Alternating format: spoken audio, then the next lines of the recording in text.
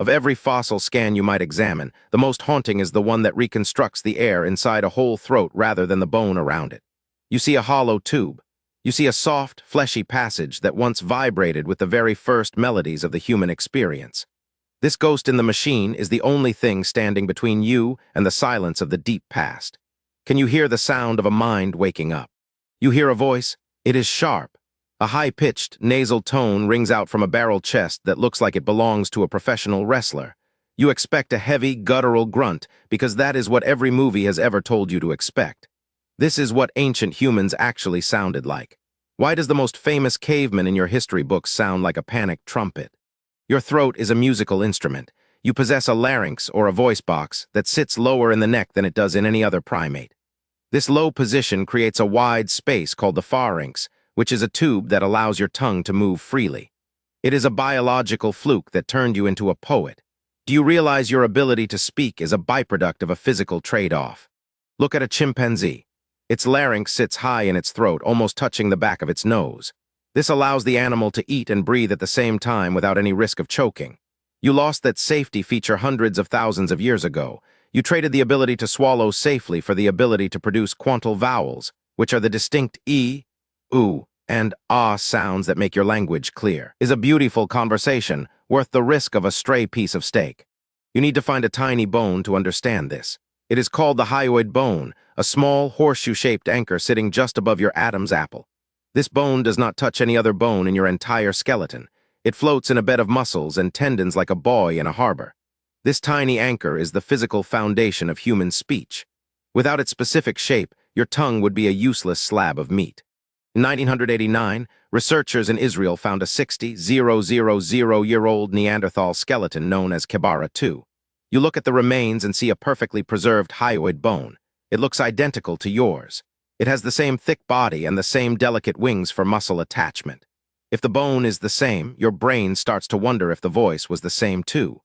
Could a Neanderthal have recited a poem to you? Dr. Sandra Martelli at University College London uses 3D computer models to answer this. She takes CT scans of modern human throats and compares them to the skull bases of ancient ancestors. You see the screen glow with blue and red lines mapping the vocal tract, which is the entire path air takes from your lungs to your lips.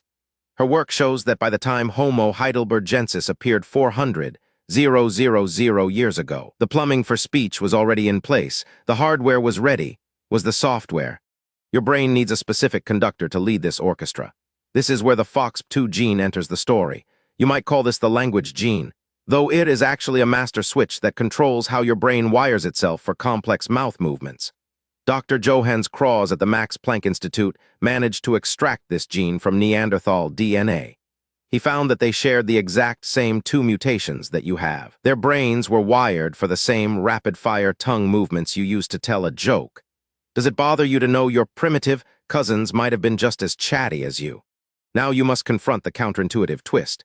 Even with the same bone and the same gene, a Neanderthal did not sound like a modern news anchor. Dr. Robert McCarthy, an anthropologist at Florida Atlantic University, used computer synthesis to recreate their vowels. You press play on his simulation.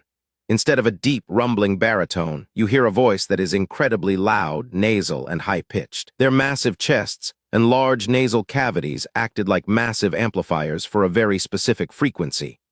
They sounded less like a grizzly bear and more like a very aggressive, very loud opera singer. You have to look at the ribcage to see why. A Neanderthal had a flared, bell-shaped torso. This gave them massive lung capacity to power a voice that could carry across a frozen tundra. Your own chest is more cylindrical and narrow. You are built for efficiency and long-distance running. They were built for raw power and short bursts of intense sound. Can you imagine the sheer volume of a campfire argument 50,000 years ago?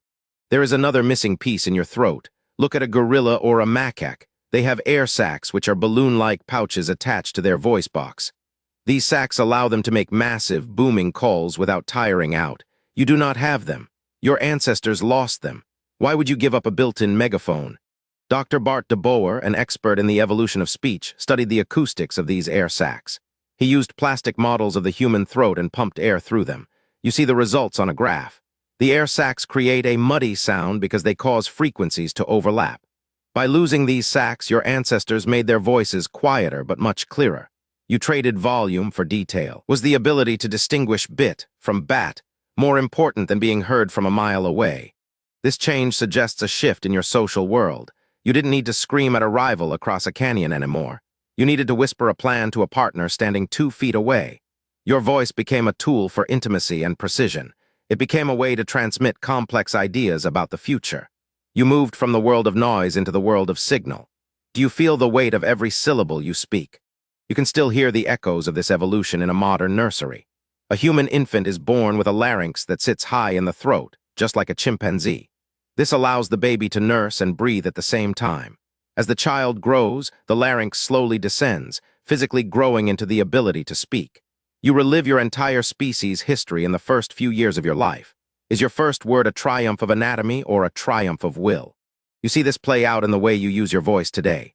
Think about vocal fry, that creaky, low-pitched sound you might use when you are tired or trying to sound casual. This is a deliberate manipulation of your vocal folds, the 2 flaps of tissue inside your larynx. Your ancestors used these same folds to warn of a leopard or to soothe a crying child. You are playing on the same strings that have been vibrating for 2 million years. Does your voice feel like an heirloom? Look at the way your face moves when you speak. You use over 20 different muscles just to say a single sentence. Your lips, your tongue, your soft palate, and your jaw all perform a synchronized dance. This is the most complex motor task your body performs. It requires a level of coordination that no other animal can match. Your brain devotes more space to controlling your mouth than it does to controlling your entire torso. Are you aware of the massive computing power it takes to ask for a cup of coffee? You have to consider the emotional landscape of these ancient sounds. Before you had words for gravity or betrayal, you had tone. You had the rise and fall of pitch to signal a question or a threat. This is called prosody, the music of speech. You still use it today when you talk to a pet or a baby. This musical layer of communication likely predates actual words by hundreds of thousands of years. Did your ancestors sing to each other before they ever spoke? The transition from song to speech changed everything about your survival. It allowed you to share maps of the stars and recipes for medicine. It allowed you to build a collective memory that didn't die when an individual died. Your voice became a bridge between minds. You are the only creature on Earth that can use a vibration in the air to plant an idea in another's head. Is this your greatest superpower? You walk through a museum and see a row of skulls. They are silent, but they are not empty. You can look at the hypoglossal canal, the hole in the base of the skull where the nerve for the tongue passes through. In earlier ancestors like Australopithecus, this hole is small. In your more recent ancestors, it is large and robust. It is a highway for information. It is the physical evidence of a tongue that was getting busier and more skilled. You are the product of a long line of vocal athletes. Your ancestors were the ones who could communicate the most clearly during a hunt. They were the ones who could use their voices to form the strongest social bonds. The average voice didn't survive. The most expressive, most precise, and most persuasive voices did. You are the descendant of the world's first great orators. Do you hear the responsibility in your own tone? Think about the silence of the landscape before humans. You would hear the wind, the water, and the calls of animals. But you would never hear the specific rhythmic cadence of a story. You would never hear the e and oo sounds that define your world. The arrival of the human voice was a structural change in the atmosphere of the planet. You filled the world with a new kind of frequency. You can try an experiment tonight. Sit in a dark room and listen to the sound of your own breathing. Feel the air pass through that vertical tube in your neck. Think about the 400,000-year journey that air took to become a thought. You are a walking, breathing musical instrument that has been fine-tuned by the harsh hands of natural selection. Your voice is the sound of a survivor. Can you hear the ancient high-pitched resonance hiding in your own chest? Of every fossil scan you might examine, the most haunting is the one that reminds you that silence was once the default state of the world. You are the exception to that silence. Your voice is a temporary vibration in a very old universe, yet it carries the entire history of your species within it. It is the most human thing about you.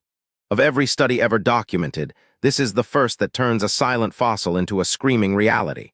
It makes you realize that your voice is a physical bridge to people who haven't existed for 50,000 years. You don't just speak, you echo. If you could hear that high-pitched Neanderthal call today, would you recognize it as a brother's voice or just another noise in the woods?